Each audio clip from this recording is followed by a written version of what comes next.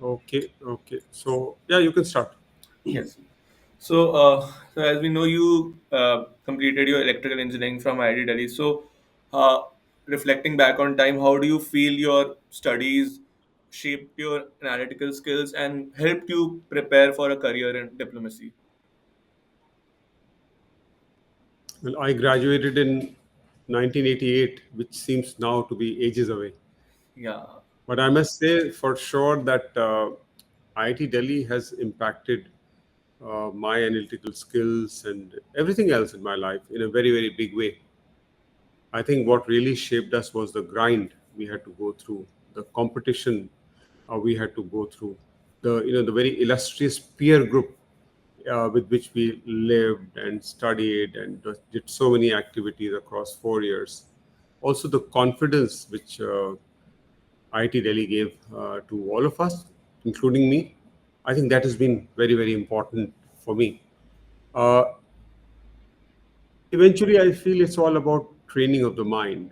It's less to do with electrical engineering, but it's training of the mind which always stays with you. And this is a training which we picked up in the 4 years I spent in IIT Delhi.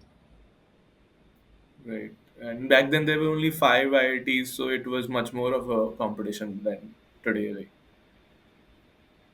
No, absolutely, absolutely. It was very, very competitive, and it was a total of about 250 BTech students at that time, spread across 6 disciplines.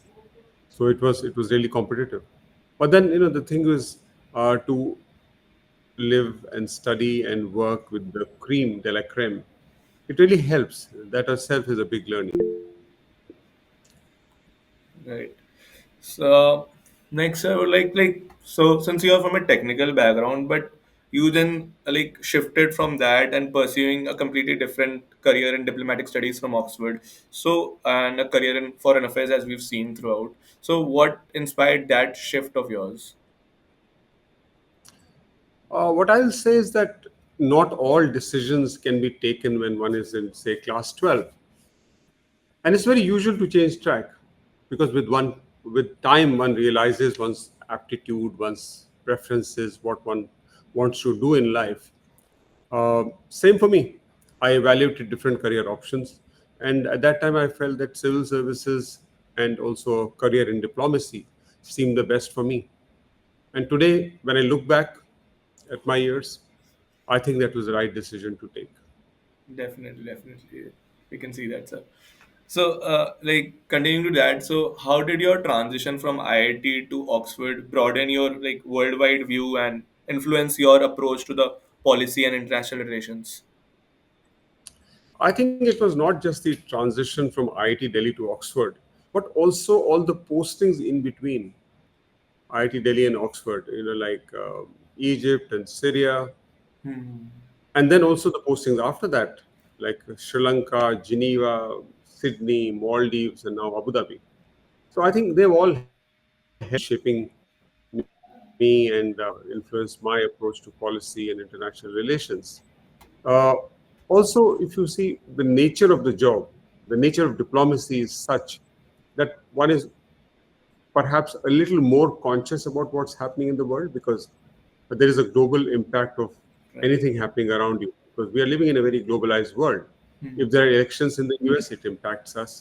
If there is a war between Ukraine and Russia, it impacts us. If there is some economic slowdown somewhere, it impacts us. So everything impacts us because we are all connected. Right.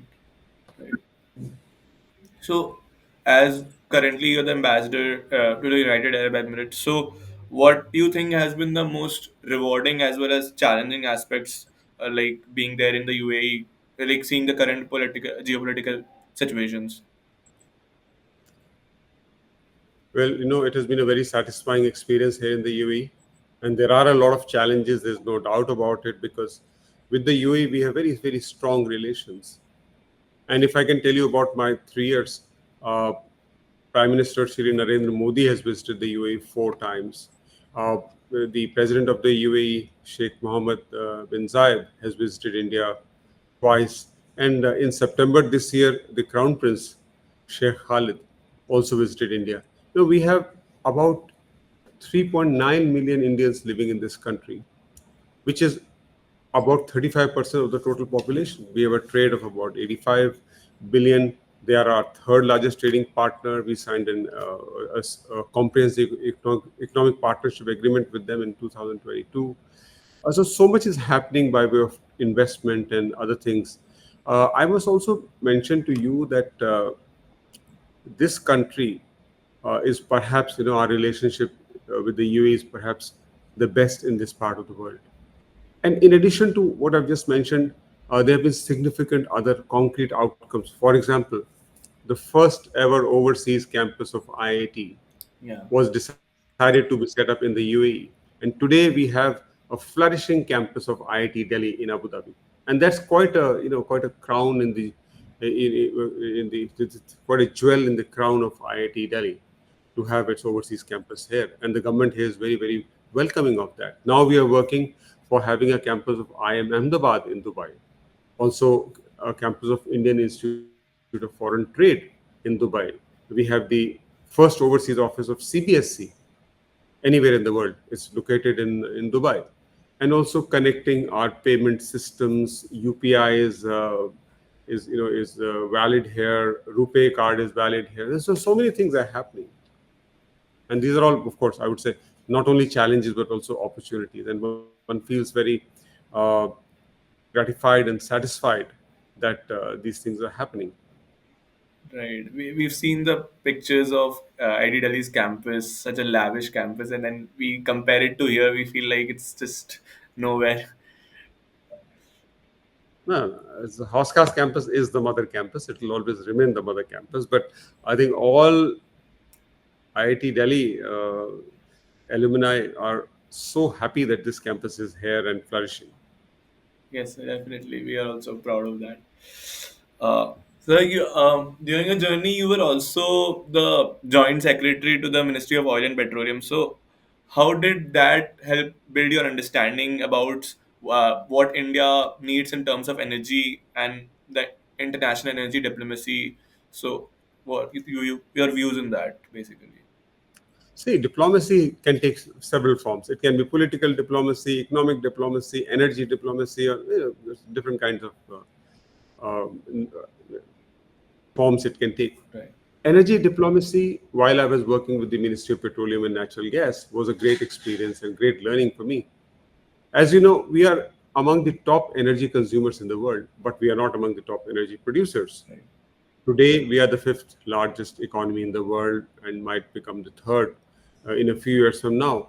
This actually means that we need huge amount of energy to propel our growth and our socio-economic development. And for this, we have no choice but to look overseas. Today, as we speak, 85% of our crude requirements are from overseas. 50% of our gas requirements are from overseas. So this requires a lot of energy diplomacy so that our growth process is unhampered and we can sustain the high growth rates which we have seen for the last couple of decades. Right. And then continuing on that, you were like you've been related to the oil sector for quite some time as director of ONGC ISPR. So, like, how's your total experience been? Because you worked in internationally as well as here in domestic energy requirements. So, how has you have been like? How have been you collaborating inside your mind, like where dealing internationally as well as in domestic things? Like you have had both experiences, right? See, being on the boards of corporate enterprises is a different ball game altogether, and it provides a different learning as well. In the context of being a key decision maker in a commercial organization, one also then has to balance it out with our growth imperatives, with our domestic energy needs, with our policy imperatives. So it is in that sense very challenging and a great learning experience, I must say. All right. And so, looking back, if you see, if you could talk about a certain moment or some moments that has left a like lasting impact on you in your diplomatic career, some memorable moment. Uh, well, in a career which spans over 3 decades, There have been so many moments, but I can mention maybe a couple of them. One was during my posting in Maldives immediately before I joined here in the UAE.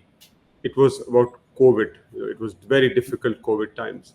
And then we had to repatriate a lot of people because people wanted to go back home to be in the comfort of their families and their loved ones.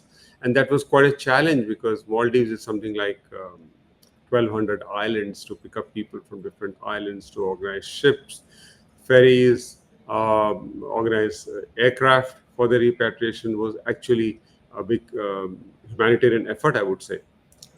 Also, I remember negotiating intellectual property rights in the World Trade Organization in Geneva and also the World Health Organization in Geneva, particularly relating to legal framework for pandemic influenza preparedness. And that was a successful attempt led by India.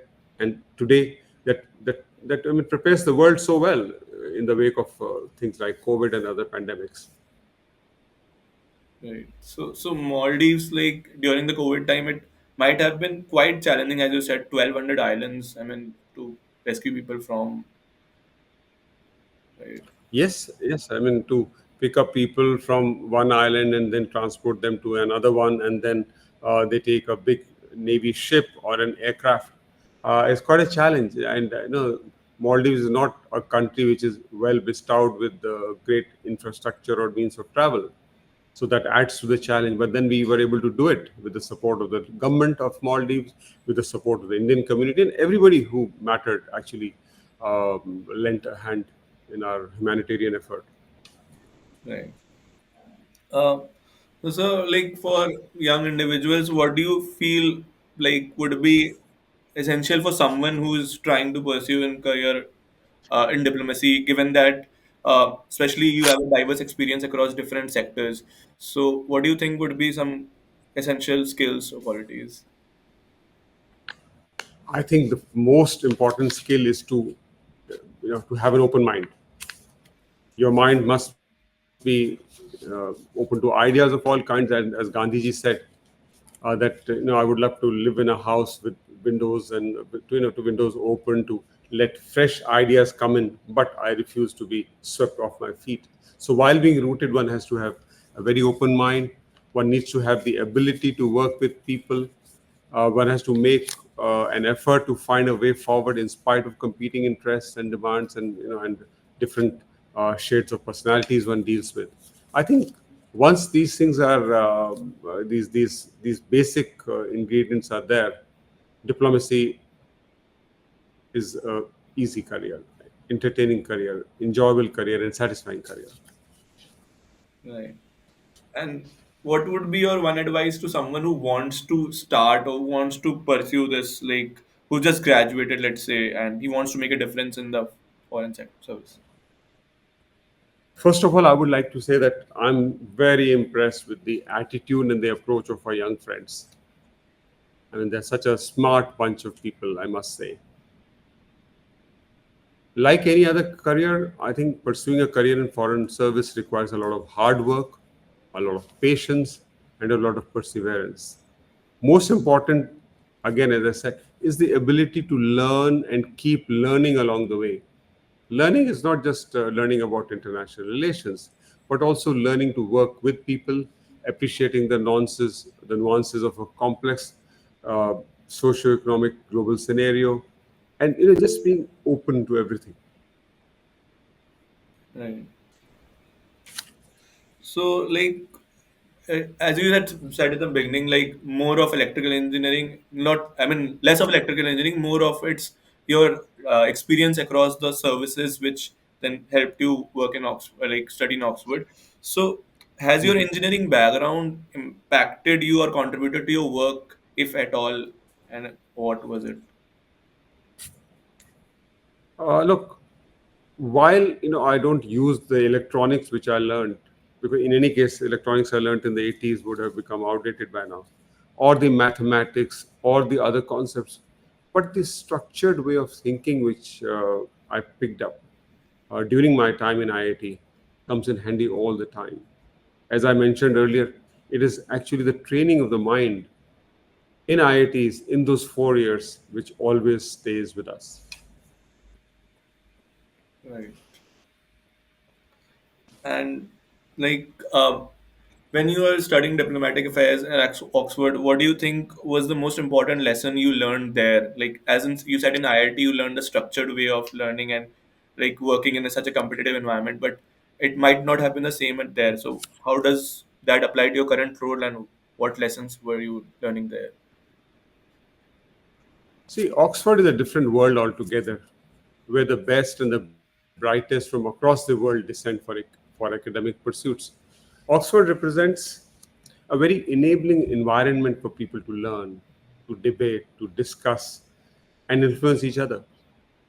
The course which I did actually had about 30 diplomats from different parts of the world, from big countries, small countries, rich countries, poor countries, developed countries, less developed countries. It was a very diverse group, and that itself was a big learning for me. In Oxford, there are courses running everywhere and in different areas, different streams, and anybody can attend any course. So the list is put out of which course is being conducted where, and you feel free to. And if you have the aptitude and the interest, you can just join in. So in that sense, it's a very very open academic environment. Okay, like the liberal university is coming out now nowadays. Like, okay. Yes, very very much like that. Yes, and finally, one last question that, like, what do you think your personal values or philosophy would be, which have guided you throughout your public service and diplomacy service? I think it's very important to be kind, to be compassionate, to be understanding of different perspectives and people. I've learned that life is not a zero sum game because the spirit of life has to be the spirit of abundance. Building relations is also very important, as is empathy. Because end of the day, while we might be representing different countries or different companies or different interests, we interact with each other at the level of human beings. And when human beings interact, the empathy element is a very essential prerequisite for people to work together and find mutually acceptable solutions. So I think we are done, and thank you so much, sir, for so much of taking out valuable time of yours. It was a No, great. no, always a pleasure to interact with youngsters, I must say. And you're all very bright guys, trying to look at solutions for everything, trying to work with a lot of positivity. थोड़ा patience भी रखो, सब अच्छा रहेगा, जी right? Sir, जी sir, आपसे inspiration ले रहे हैं सर आप. All the best to you. Okay, thank you so much, sir. Thank you so much, sir. Thank you so much. Thank you, Anurag.